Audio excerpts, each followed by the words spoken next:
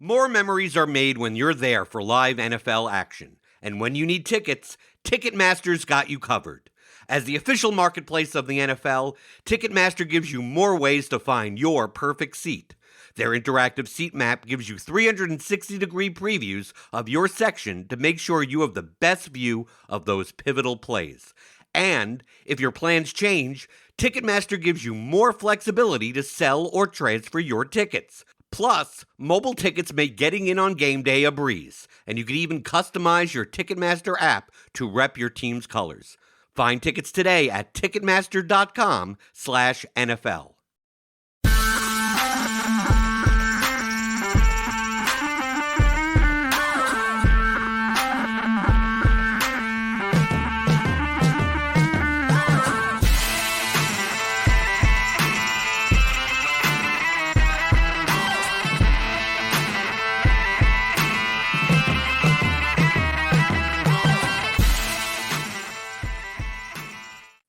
What is going on, everybody? Welcome to the Week 4 Prime Points Show here on RotoGrinders. We have some new faces in some new places. Both Graham and oh my goodness, Jake are feeling a little under the weather today. So instead of calling up like the interns and going down the rungs, we went up the ladder. We got Scott Barrett back on the show. Scott, we used to do the show together from a previous employer from Pro Football Focus. This was many years ago. Now you're over at Fantasy Points. Very, very happy to have you back on the show today, Scott. I'm happy to be back. I missed you, Brett. This is exciting. Yeah, it's a throwback to some good times we used to have. And we have Mr. Data Science as well, Chris Wecht from Fantasy Points. Just had an very interesting tweet storm earlier on a whole bunch of fun statistics. We're getting into some of those in just a bit. But Chris, why don't you introduce yourself? Tell everybody what you do over at Fantasy Points. Yeah, thanks, Brett. Yeah, like you said, I'm kind of like the chief data analyst for Fantasy Points. I do a lot. I do everything from charting the football. I watch pretty much every game every week, charting it, recording all this data, and then I pretty much manage how all that data gets processed, and then powers a lot of the awesome stuff on our data suite that you guys talk about every week. And of course, dabble in some DFS and betting stuff, because I mean, what's the point of getting all this awesome data if you're not going to make some money off of it?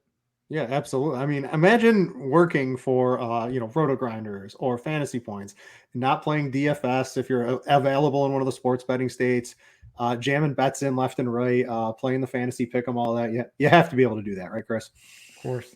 All right. So, Chris, I just mentioned some of your tweets. Let's pull this up on the screen share for those of you watching on YouTube, either live or on replay. If you're listening on podcast, you can check all this stuff out on Chris's Twitter feed. That is at Chris Wecht, WECHTFF. You'll be able to follow him over there. But we've pulled up pass rate over expectation. Chris, I see a lot of bars. I see a lot of green dots. I don't know. I'm not the most data analytics person here. What are we looking at? Looks like some very interesting stuff. Yeah, so pass rate over expectation is something I like to look at every single week. I think pretty much everybody should. It tells us a lot about what teams think of their offenses and how they might treat different game situations. So the bars are just the season total, where they're at in terms of pass rate over expectation. So the more positive they are, they're more often passing when history says they don't necessarily have to, and the more negative means they're not passing enough when they probably should be passing more. And then the green dots are just the most recent week, just to give an idea of where the most recent week compared on to their season total. So a couple things to point out here. I don't think I've ever made this chart and seen only like 10 teams in the negative range. Usually it's like closer to 50-50. So the league as a whole is definitely being more pass happy, at least so far this season. A couple teams that stand out to me that made kind of big changes: the Panthers getting into that 12.5% range. Pulling them, that's way more pass heavy they've been, they have a competent QB now, Chris. Right, exactly. So that's notable. They're probably a team that is going, as long as Andy Dalton is the quarterback, they're probably going to pass more than they were with Bryce Young. The Cowboys in a trailing game scenario were pretty negative PROE, which is a little surprising. Mm-hmm. Multiple receiving between CD, Brandon Cooks, Michael Gallup, Jake Ferguson. Tony Pollard out of the backfield. That's a lot of receiving talent to not really be utilizing. Same can be said for the Lions. They were positive this week, but negative on the season is not really great, especially for Amon-Ra St. Brown. He's had a good year, but like him taking that next step into the top 5 wide receiver range. Well, he's hurt now. All of the fantasy football Twitter injury experts speculate he's suffered a turf toe injury the week before last, and that's typically an injury where you don't return to baseline levels of production until 4 weeks after the fact. Yep. Yeah. So that could be partly why they're playing the way that they are. They are winning games though, so I wouldn't really expect them to make a hard shift the other way. But yeah, so those are 3 of the major ones that stood out to me. The team that stood out to me, I'd say, would be the Patriots. So second worst last week, but heading into the week, Mac Jones, ranked first or second in total pass attempts. New England's pacing the league in situation neutral pace of play. So situations where they are being forced to pass, I think there's going to be underrated value in some of these pass catchers, Kendrick Bourne, Devontae Parker, Hunter Henry, that I think DFS players are sleeping on. But yeah, like as a general rule, like what do they want to do? Like ideally they control game script and they go run heavy, and that's easy to do against the Zach Wilson led Jets. But I think most weeks they're going to be trailing, and that's really good news. Like I said, for some of these pass catchers, Ramondre Stevenson is a player who does better in negative game script. And like Bill O'Brien is like a massive upgrade over Matt Patricia, who was calling offensive plays last year. You remember Deshaun Watson with Bill O'Brien. He was top 6 in fantasy points per game every single year, and now he does not look good at all. So yeah, I think that's an underrated offense. Teams are going to look at the averages, but really it's sort of a situation where if they're expected to win, like against a quarterback like Zach Wilson, just avoid it. But if they could be forced to pass, I think there's underrated upside there. Yeah. And if you want to check out anything else from Chris's tweets, you can get that at Chris Wecht. That's WECHTFF. You'll be able to find not just this chart, but many others, along with some I went through your Twitter today, Chris. Some very just full of data stuff. A very nice fantasy football follow. In my Chris is a superstar. He's legitimately one of the most brilliant minds in the industry, because not only is his data game as good as mine, but he's also our best film charter. Like he's brilliant when it comes to and like that's such a dangerous combination. Whereas for me, like I don't know that this is cover 3 or cover 7 or whatever. Chris knows all that valuable X's and O's stuff. So it's such a dangerous combination when you're really sharp with data as well. Yeah, give Chris a follow. You won't be sorry for it. Scott, I want to go to a tweet you had sent out. You've been a very, very busy man over at the fantasy points today. So let's talk about your This is all like background for my article. Like I'm writing an article that's like, I don't know, 20,000 words or whatever. And some things are just easier to put out in tweet form and then, screenshot that than, just write a bunch of words on. Yeah. So there's a lot to choose from here. You want to talk about expected fantasy point market share when leading, when trailing. What are some interesting points? Because these are, very game script dependent, possibly as well. If there's blowouts, we might want to use this a little bit more. If the game's going to be close, we can take advantage of the information either way. What's standing out to you? Yeah. So this is team XFP market share. So XFP is expected fantasy points, which is this broad bucket stat to measure a player's volume. It looks at air yards and targets and carries and inside the 10 carries and inside the 10 targets and end zone targets. Just captures all of that into one score. And so Tyler Algier handles 43% of all of the fantasy volume when Atlanta's leading. So in games where you think Atlanta is going to win or lead most of the time, he is an excellent play. But if you look down, he's 37th when Atlanta's trailing. He's basically unplayable. So if there ever is a game where Atlanta's favored by 6 points, he is going to be an amazing DFS play. The exact same thing is true for Brian Robinson. And the exact same thing has been true for Kenneth Walker for a long time now, over Seattle's last 5 victories, their RB1 averages 20.8 fantasy points per game. That would have ranked second best last year. And so this just speaks to a player being game script sensitive. Like, we know that's the case with Derrick Henry. He's unplayable in losses for the most part. And in victories, he's a potential slate wrecker. And that's especially true this year with Tajay Spears, out snapping him in each of the team's 2 losses. Then you have some running backs who are more capable pass catchers than they are runners. So Ramondre Stevenson does a little bit better in negative game script. Austin Eckler historically does as well. But just the big takeaway here is next time you see Washington, Atlanta, or Kenneth Walker favored, hammer that when it's by a substantial margin. It's not just within, plus or minus 2.5. And then, negative game script, you can easily avoid those players. Washington going to be favored. I know. I haven't checked the schedule, Scott, but we might not be able to use that all season long. Well, that's why I faded Brian Robinson in redraft leagues all year. And I was a little scared, those first 2 weeks, but yeah. What do you think of Kenneth Walker? We'll talk about this. So this is basically my best bet of the week. I'll talk about it a little bit now. I think the books have this game wrong. Seattle's plus 1.5. Absolutely ridiculous going against New York. New York has no juice, in my opinion. I know they're going to get a couple of people back. What do you think about him? Maybe a snap share with Charbonnet this week. How would we play Walker in DFS? That is crazy to me. I just looked it up. I can't believe that's right. This is the first thing I bet. This was the same thing last week. The Jets opened as 2.5 point favorites, and then it moved to the Patriots as 2.5 point favorite. And I'm like, it was minus 1.5 Seattle, and someone out there decided, let's flip it, and now it's plus 1.5 Seattle. That's unbelievable. I would put this at like 3.5 point favorites for the Seahawks. Maybe this is just like a trap that, it always feels like that when you're so convicted Vegas has it wrong. But how I see this playing out, I think this would be a good Kenneth Walker game, unless of course Vegas is right, in which case, maybe Geno and the pass catchers. It's not Vegas. It's someone else somewhere makes the lines, and then every other sportsbook copies it across the entire continental United States of America. All right, so there's a couple of tweets from Scott, from Chris. You probably already follow Scott. He's got a bajillion followers, but Chris definitely could use a few more.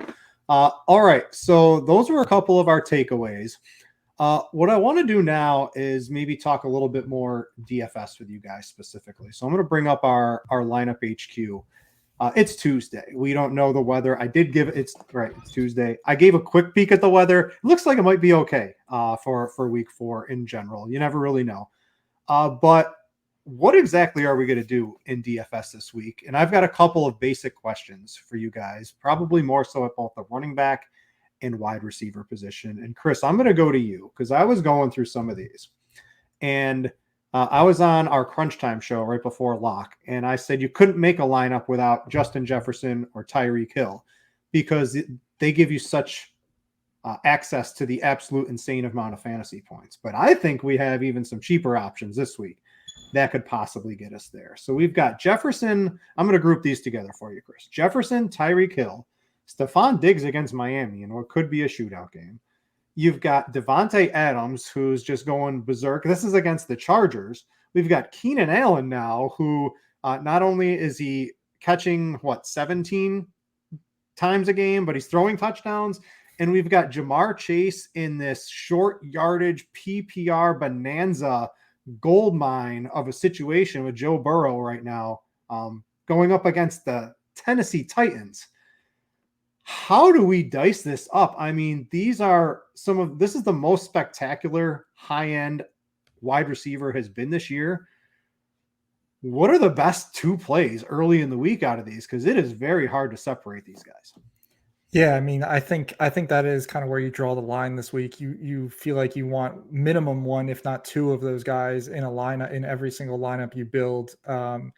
It'll be interesting to see how ownership breaks out, and that'll probably drive a lot of my decision making into how I divvy these guys up. I think that Raiders Chargers game probably goes the most overlooked of these elite guys, and I think it probably shouldn't. I think two bad teams with terrible secondaries. The Chargers just benched J.C. Jackson because he was playing so bad. So Keenan Allen and Devontae Adams are two of my favorites, and not to mention they're also cheaper. And Adams is putting up the same scores we've seen him put up his entire career, and it seems like nobody really cares. Maybe that'll change this week, but there's no reason he should be significantly cheaper than Jefferson Hill, and he should be closer to Jefferson at least. I think Tyreek I think is just on another level this year. They literally both just saw 20 targets.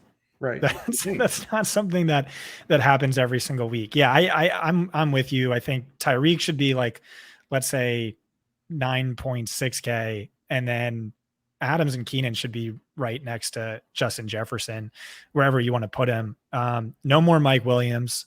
It's going to force the ball even more to Keenan Allen, who's playing out of his mind against two bad secondaries. Yeah, I love it. I'm with you. Scott, I want to go to you and talk maybe a little bit cheaper wide receivers, because I pulled up DraftKings a couple hours ago looking at the show, and I was expecting to see Tank Dell, Adam Thielen, like 5,700, 5,500. These guys are 4,600. Like, sure, they got the price bump from the low tier, but it's not enough for what we saw out of them last week. And with Adam Thielen, he's got a good quarterback. Do you think Carolina's regretting taking Bryce Young number one right now? Over, staring at Anthony Richardson and saw what he was doing. You're looking at CJ Stroud and look at how he hasn't thrown a pick, how efficiency been, even with some trailing game script. Could this be like one of the bigger blunders besides taking Trubisky over Mahomes for the Bears? Yeah, halfway through week 2, someone who's really sharp. He does a really big NFL draft guide every year. He asked me, you think if teams could like redraft today, do you think Bryce Young would go top 15? And that just sounded like such a crazy, it's like a game and a half we're talking about, but he's really looked bad. He's really looked like he kind of doesn't belong. And, on the film, that height kind of really stands out a bit more when you're up against, you're behind NFL offensive linemen who are all like 6'7". I don't know. In terms of the cheap wide receivers, obviously all of the Houston receivers stand out to me with Dell far and away above the rest. I think that in today's day and age, offensive play callers are starting to matter more than the players to a large extent, where it's just, you have these geniuses who are acting like field generals who are just moving chess pieces around the board. And then the defensive coordinator has to counteract that. And you have to come up with a counter to their counter. And like, if you're Mike McDaniel level genius, you could drop 70 points in a game. And I just think Bobby Slowick is on that level, and no one else is really recognizing it. We were colleagues together back when I was at PFF. Everyone talked about him like he was a genius. He was a Kyle Shanahan understudy. And to me, this is like a bottom 3, bottom 5 roster. And Stroud looks great. So much better than Bryce Young. They're one of the most pass-heavy offenses in football. It's highly concentrated between those 3 wide receivers. Tank Dell, glaringly now, to me, the wide receiver 1. And like, we shouldn't be surprised. CJ Stroud asked the Texans to draft him. So that's clearly his guy. He's priced as the wide receiver 39. He ranks 14th in DK fantasy points per game.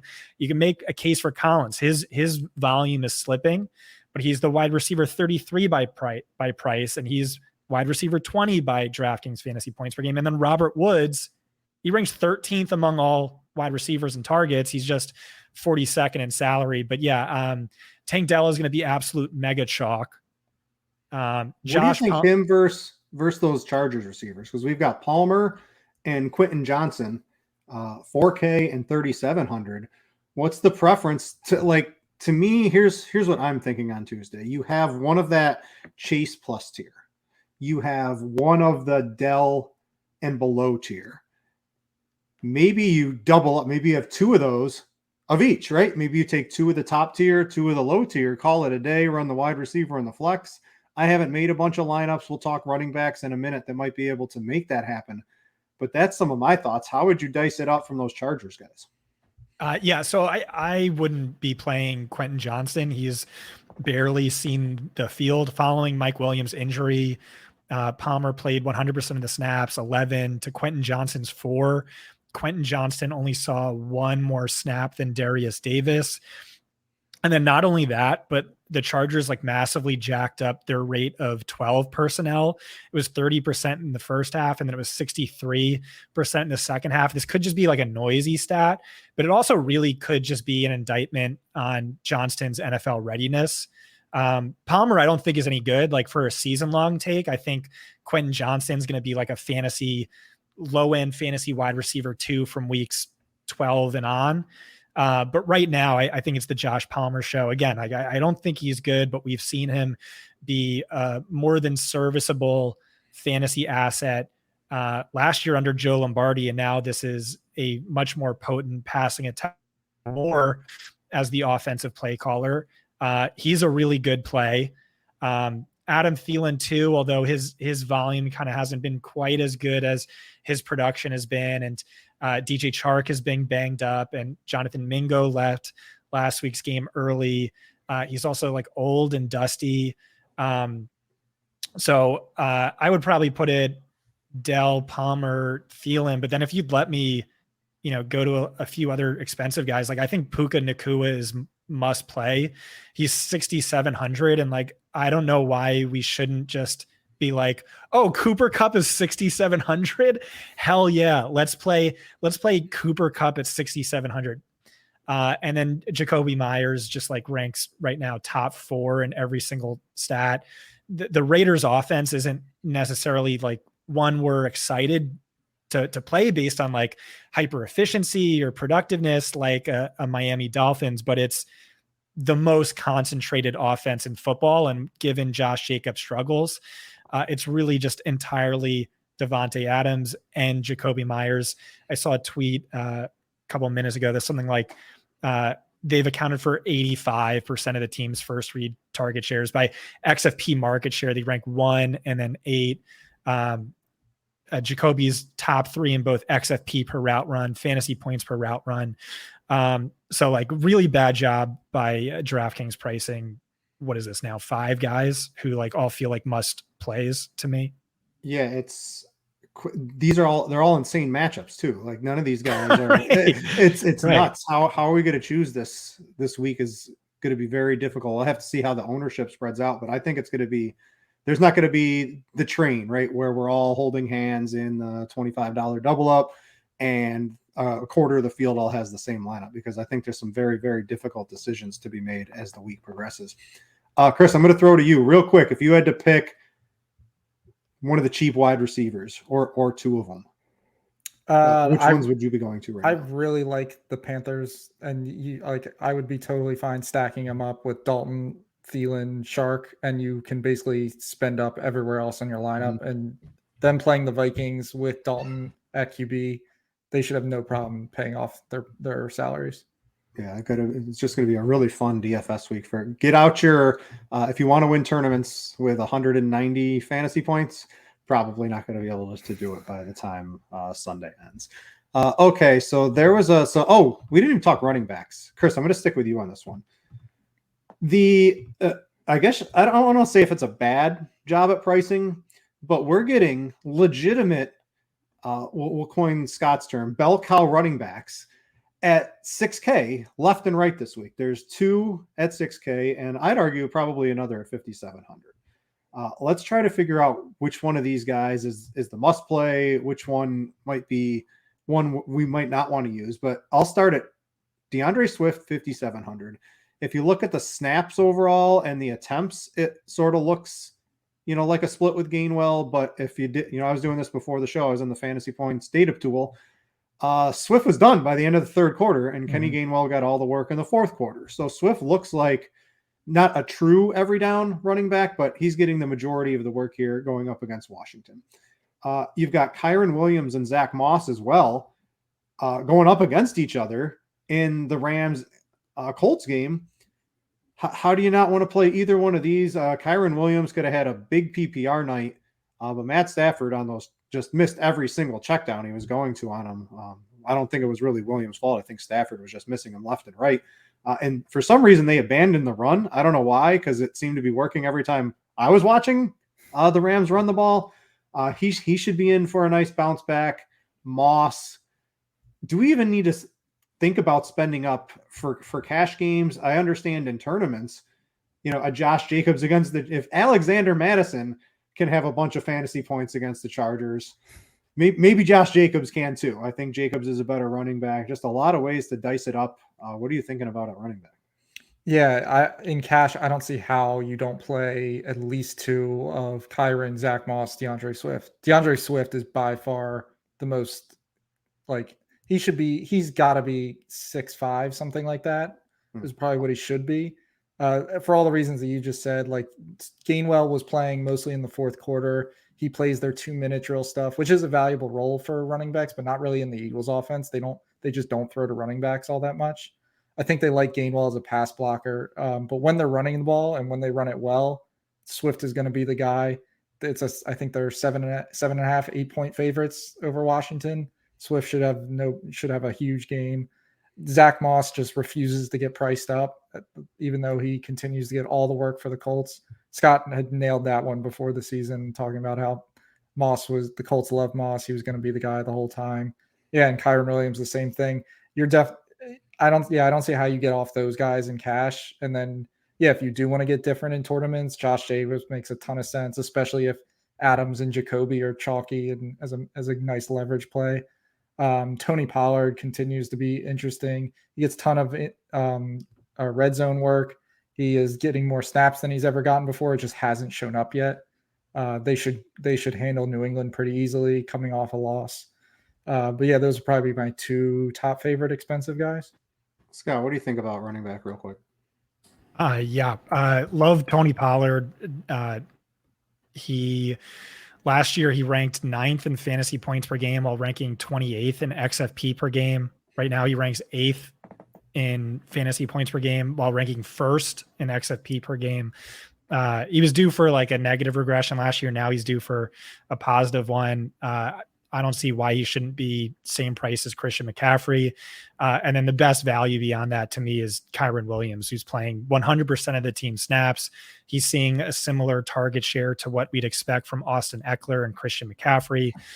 This Rams offense looks exciting. Should be way more than 6K. And then Chris nailed all the other values. All right. So that's a real brief look at DFS on a Tuesday night. There'll be plenty more shows here on RotoGrinders, plenty more stuff over at Fantasy Points as well as the week progresses.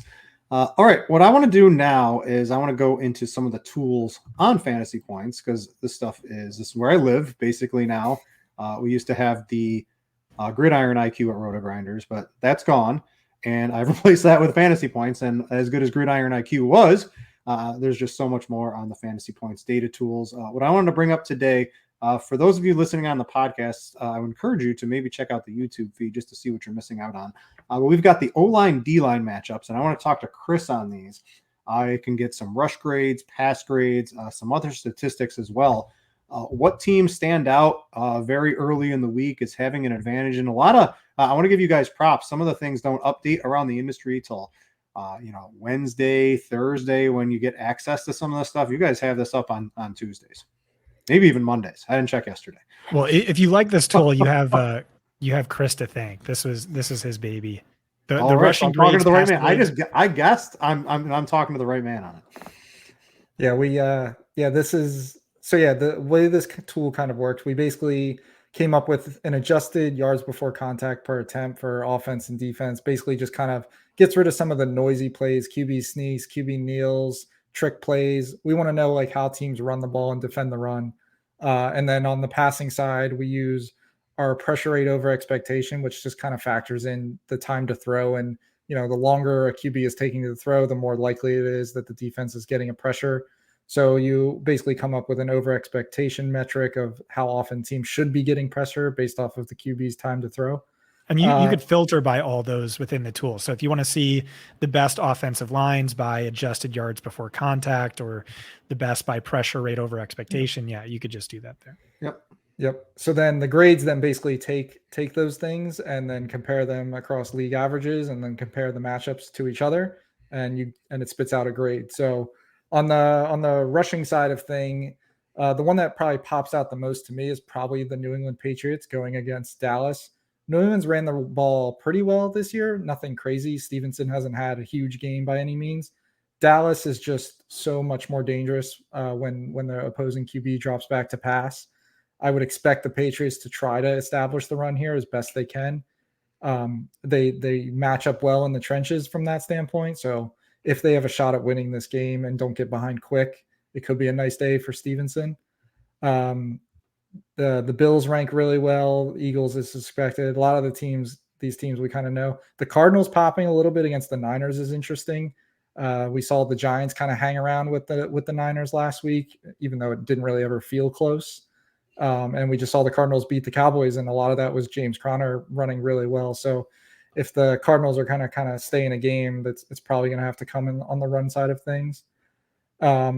There's not all the negative rush grade matchups are pretty obvious. It's a lot of the teams you would kind of expect to see that haven't been running the ball well this year. The Texans, Giants, Ravens, Bengals. None of those are like super shocking names. On the passing side of things, if there's a week that Joe Burrow figures it out and we see him kind of look like his old self, it's going to be this week against the Titans, who we've known as a pass funnel team for a long time now. He shouldn't have to be dodging a lot of pressure in the pocket. The Bengals haven't been blocking extremely well. They do have they're close to 0 in pressure rate over expectation, which you want to be. You want to be more negative when you're the offense. It means you don't give up as much pressure as you should. So they're not a crazy blocking team, but the Titans just have not been good at getting to the QB this year either. The Packers versus the Lions stands out, but I think the Packers are a team that are kind of fooling people. They've played the Falcons, Saints, and Bears so far, who are all near, if not, or they're all bottom half of the league in pressure rate over expectation. So I don't think the Packers are as good at pass protecting as they have been. They've just had really nice matchups to start the year. And the Lions, on the other hand, have been really good rushing the passer with Aiden Hutchinson and the rest of their defensive line. So I would look for that to potentially be, flip the script a little bit based off what the grades are saying. Yeah, I've seen other O-line, D-line tools, and this one definitely has my interest. Is probably looking like the best one I've ever encountered. So thanks to you for putting it together for the fantasy points, because absolutely love this. Scott, I want to go to you. Let's go to your baby, the bell cow report. I've got week 3 pulled up here. Let's take a look at what happened last week. What happened? What can we use for week 4? What really stands out? Alexander Madison. Now we know he underproduced because he's absolutely horrible. That looks like, what are we going to do with him? Are we going to need to know, hey, coach speak, what's Cam Akers doing this week? Can we ride Madison? How are we going to handle that? And then what else are we looking at here? Oh, you're on mute, Scott. So 26.9 expected fantasy points. That basically means if Alexander Madison was like a perfectly league average running back, he would have scored 26.9 fantasy points. He would have broke the slate. The issue is he's pretty below average. But I mean, it's not just that the volume's great, the raw volume, it's also the usage. You see that 80% snap share, 83% of the carries, a 14% target share, incredible usage, incredible volume. And so you can make a case for him in DFS. You could say he's due for a regression and, he'll have a big game. I think what's more likely is he's in the doghouse and, they're going to give Cam Akers a shot and it's going to be a committee situation. I think that's probably what's going to happen, but it wouldn't shock me if he was, he posted a pretty a ceiling game at low ownership this week. I wouldn't play him personally, but clearly that volume's there and it's enticing. You could sort by XFP percentage. You could sort by snap percentage. I really like running backs who don't share the backfield with anyone else. And so you'll see Kyron Williams, 100% snap share, Rachaad White, 91%, Tony Pollard, 87%. So really this is their backfield just about all to themselves. If you want to go to the filters over to the left, you can filter, you go to play, you can filter for yards to goal. You can look at just inside the red zone and hit apply. See if you do that, you'll see that Travis Etienne, his snap share plummeted inside the red zone. You'll see the same thing happen to James Cook. Those guys often get pulled inside the red zone. You could also look at it by quarter. So if you want to go to yards to goal and then fix that one. All right, yeah. So just take out the fourth quarter. 1, 2, 3, and we'll look at the Eagles, but get rid of the red zone stat you just did. There we go. I'm getting better. You're getting good. Hit apply. It's just amazing to me that you can actually filter all this stuff so quickly. There's like a million filters, so like exponential data to play around with. And then just type in Eagles into the search bar. And so this is a question for Chris because he's an Eagles fan. He'd know better than me. What was with Gainwell getting all of that usage in the fourth quarter? Was it because he's the 2-minute drill back, or was it just because the game wasn't really all that competitive? Yeah, I think you just nailed it. He is definitely the 2-minute back. That dates back to last year, and it seems to be continuing this year. I think it's even though they didn't need to pass the ball a lot, they were just passing a good amount in that game last night last night. I don't think they like Swift and pass protection as much as Gainwell, so I think he just happens to be on the field more for those situations. He's also their like short yardage back, which doesn't make a ton of sense considering he's probably one of the smaller backs in the league, but for some reason they seem to like him in that role. But yeah, that's what the difference is he's their 2-minute guy, he's their short yardage guy, and then the game got out of hand in the fourth quarter, and they just, I think, said Swift did enough already. Yeah, that game, the Eagles could have won that game, but maybe not Miami level, but that could have been a 40-point game for the Eagles last night. They just absolutely dominated Tampa Bay for the first 3 quarters in that one. So there's a quick look at a couple of tools behind the paywall on the Fantasy Points data suite. Absolutely amazing. Scott, how much is this stuff? It's way too cheap, dude. On mute again. I know. I always do that. Damn it. Yeah. Everyone says the same thing. Dan Back said the same thing. JM to Win said the same thing. So it's $50. So it's 75% off its typical price. But for this year, you can get it for just $50. It's the coolest thing in the world. Super accurate data, more data to look at. And then it's like exponentially more than anyone else when you factor in all the various filter and split options. It's been a godsend for me in my work. I get my work done so much more quickly. So check that out. And also, if you want to purchase a Fantasy Points premium subscription for DFS and betting and college football, we have amazing college football projections. We're running a promotion for 25% off. That's Gurific 25 GURR. I don't know. Terrific.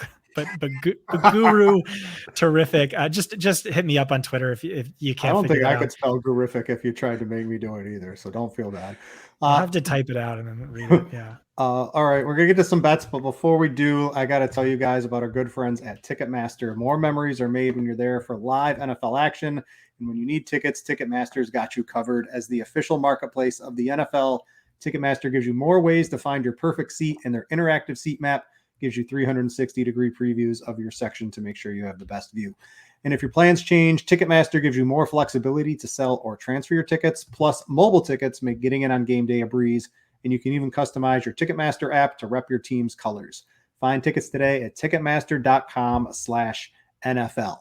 All right, Scott is he's going to wait. Scott has been writing all day. His fingers are tired. He's going to take a break from the bets He can give some input on what he thinks here. I've already mentioned. I'm 8-0 so far on the show this year on the picks. I've had a good 3 weeks over at Scores and Odds 2. That's our sports betting app over at RotoGrinders. So I already gave away my play of the week for sure is that Seattle plus 1.5 going into New York. New York I think they'll have Thomas back. They might have Saquon back, but I don't even think it matters.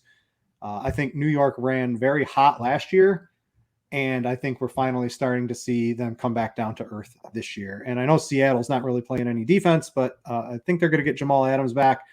They're going to have a little bit better defensive game plan, hopefully. And I just think their offensive, the players at Geno Smith, the wide receivers, you got 2 good running backs. They're absolutely going to trounce whatever the Giants are able to throw out on defense. So getting the Seahawks as an underdog is absolutely blasphemous to me. I think Scott agreed with that. Chris, would you agree also? Yeah, I actually wish I made this one of my. I must have just stopped scrolling before I got to the primetime. It's Monday night, right? So you're just like, it's the last one. I forgot it. Yeah. Can't believe this one. Chris, if you wanted to say what's your best bet of the week? I really like the Lions minus 1.5 going up against the Packers. I kind of mentioned it earlier. I think the Packers have, they've played very low-level teams in terms of the Falcons, Bears, and Saints. Falcons and Saints have looked good at times, but not really a high potent offense like the Lions have had this season. I think the defensive line of the Lions is going to get after Jordan Love and bring that pressure rate over expectation down to a more reasonable amount for them. And I think the Lions are able to pull out the win there. Scott, what do you think of that Green Bay Detroit game? That's Thursday, correct? Yep. Yeah. Thursday night football. Always great football on TV. Yeah, that was another one that surprised me. I don't know that I'd bet it, but I don't think I was expecting it to just be them favored by 1.5. Yeah, I thought it might be. Well, with Christian Watson, Aaron Jones come back, maybe adds a little bit of firepower to the Packers side. But I think the Lions are a much better team. All right, real quick, a couple others I'm on the Chiefs minus 9.5. Basically, Scott, where I was looking through the filters and I couldn't find a Taylor Swift filter for Travis Kelce expected fantasy points. Are these going to go up or down? Because there's it could go up because he's, Mahomes is going to try to get him a touchdown every week, or it could go down because this is Taylor Swift, right? I mean, this is a big deal to a lot of people out there. How do we work this into the models? You're right. We need a Taylor Swift adjustment for sure. Yeah. But I just think the Chiefs are going to boat race Zach Wilson or Trevor Siemian or whatever Twitter quarterback ends up being their starter. I think it's probably going to be Wilson this week. We'll see. Can you guys believe the Jets are just throwing in the towel on this season? They went into this with Zach Wilson. They let Mike White get away. It makes no sense to me as an organization with a defense like that with Breece Hall and Garrett Wilson to just waste a season. And I think it's almost too late to turn it around. Yeah, I can't. They must make a move at some point. I don't know. Go get Jacoby Brissett or something like that. You got to try something. Can you even do that? What's the backup quarterback to go trade for him? It's not going to be ultra cheap, is it, Scott? I really think that just when you lose a quarterback, you're basically dead. I know you're an Eagles fan, Chris, so you can't agree with that because a backup quarterback won you the Super Bowl. But I don't know, it might just be in their favor to start Zach Wilson all year, get a high draft pick, get some offensive line help for a healthy Aaron Rodgers next year. I just don't see a Trevor Siemian doing much, a Carson Wentz doing much better, or the best available quarterback. I think, their season's over. The lost season. So I'm on the Chiefs. I got it at -9. It's -9.5 now. The Chiefs defense under Spags this year, it's been good. And I think their team totals 13.5 or 14.5. I wrote in my write-up at Scores and Odds, I'd be shocked if the Jets scored 17. They might not even score 10 against the Chiefs. And the Chiefs are they're going to roll these bad teams with no offense, just like they did the Bears. Now, the Jets have a much better defense than the Bears. But the Chiefs are not going to lose this game. I see them winning this very, very easily. I'd be shocked if the Jets are able to score too many points. And my other one is definitely going to be in the worst of the worst. By far, I mean, by far, the Bears are the worst team in the NFL, and the Broncos are not. So Broncos -3 going into Chicago. The Bears season, there's so much going on with that team between Justin Fields and the coaching, between the defense. They literally have nothing. What did I write? As bad as the Broncos are, the Bears are clearly worse. They have no offense, no defense, no coaching, no game plan, no players that matter, nothing. They literally have nothing. So I've got the Broncos -3 going into Chicago. I think the Broncos, they've shown a little bit on offense this year. And I think they're going to really be able to put it to this Bears team who is just in a death spiral of a season, in my opinion. So those are my three. Chris, why don't you round out with a couple more bets? Yeah, I definitely looked at the ones you picked. I like those as well. I went with the team that just upset the many people's number one power ranked team in the NFL, the Arizona Cardinals +14. They just beat the Cowboys. That's a lot of points. We don't see those kinds of spreads in the NFL, and the Niners let the Giants hang around in that game a lot last Thursday night. I think the Niners are absolutely going to win the game. I think their defense is going to get after Josh Dobbs. But I think Purdy might make some mistakes here and there, miss some throws like he tends to do. I think the Cardinals can get within 14 points there. And then the other one I got is Miami +3. Tua is playing at an MVP level. I don't think we're going to see the Dolphins as an underdog for the rest of the season pretty soon. I don't know exactly the rest of the teams they play, but Tua is playing at an MVP level. Mike McDaniel is having the coaching season of the year right now in terms of what the offense is doing. They've got all 5 of the fastest players in the NFL on their offense. Anytime I can get Miami with plus points right now, I think I'm taking it. That's a Scott, great you call. mentioned the Wizards, right? Mike McDaniel's he's head wizard right now in terms of being able to orchestrate an offense. And it's like he's I think I saw it on Twitter. He's turned the NFL from a vertical game to a horizontal game with the fastest players. They're literally uncoverable. You can't cover these guys across the field. It's impossible in today's game. What's your thoughts on that Bills game? I'm staying away. If I was going to do it, I would probably do Miami, but this game could go either way. And I guess getting the points would probably be the way to take it. Do you have a take on what's going to happen in that game, Scott? Yeah, I think the Bills are just generally overrated. I think they're overrated on offense. They don't really have much beyond Stephon Diggs in terms of pass catching talent. And, Josh Allen is way more mistake prone than I think people like to, they talk about him like he's close to the Mahomes tier, and his week to week volatility is far too high to kind of be in that discussion for me. And their defense, I think, is overrated. Whereas with the Dolphins, they have a GOAT defensive coordinator in Vic Fangio and a GOAT offensive play caller, Mike McDaniel. I think as long as Tua stays healthy, this is the number one team in football by a margin. Yeah, and I think Tua is +2. People were mocking that he was +500 to win MVP. Now he's +300. So yeah, I've been on board since day one. I've been on the Dolphins, I think, every week on Scores and Odds. I haven't decided yet if I wanted to write that in there, but if I was going to, I would probably get on your side, Chris, with the Miami team. Anything crossing your mind, Scott? Or can I got a couple fantasy pick'ems me and Chris were looking at as well. You want to get to those? All right. So what I hate some of these, they come out and then they move the numbers on me. So I had Christian McCaffrey at 80.5 rush yards. This was this morning. It's up to 86.5 now. And I really like the 80. He's gone over it in all three of his games, including last week when it was a blowout and when they were going to spell him a little bit more. And if Chris likes Arizona to keep this game maybe a little bit closer, you're probably going to you're going back to workhorse CMC, I think, in this game. So the 80.5 I got, I still would take the over on the 86.5. But I really like that. This was on Prize Picks. A couple other ones. I like to do the 5 picks on Prize Picks and Underdog. It just gives you the best odds overall. So I'll rattle off the rest of mine. I got a Minnesota stack, Kirk Cousins and Jordan Addison, taking the overs on those. Cousins 283.5 yards, Addison 51.5. What do you got? Justin Jefferson's he was up to 103. Do we take the overs on the 100+ receiving yards on this? I mean, he's crushing it every single game. What do we think once these the numbers start getting up there so high? Tyreek Hill was still just a little bit under 100. I get a little scared when I see 100.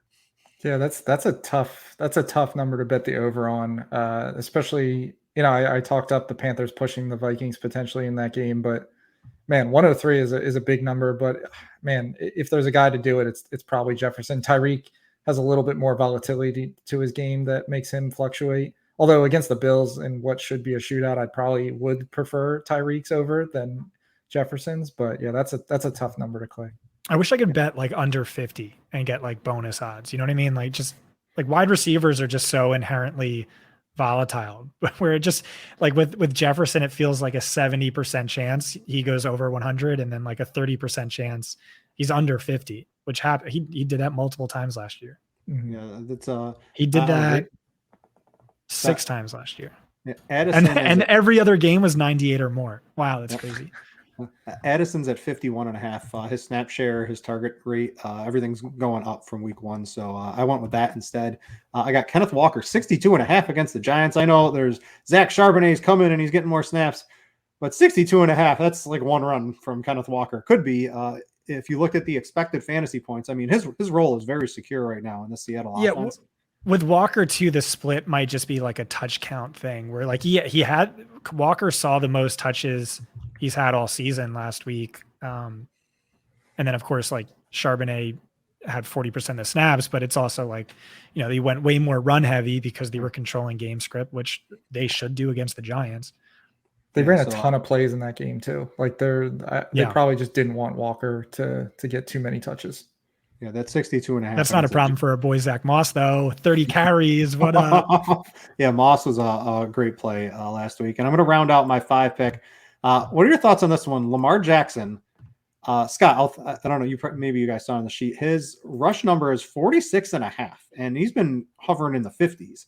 And I know it's Cleveland, but they're not like I went through his game log, and there are some absolutely monstrous rush games for him against Cleveland, and they're not going to be able to run the ball with like Justice Hill and Melvin Gordon. It's going to be Lamar Jackson throwing, scrambling, run plays against Cleveland this week. I thought that was a little low.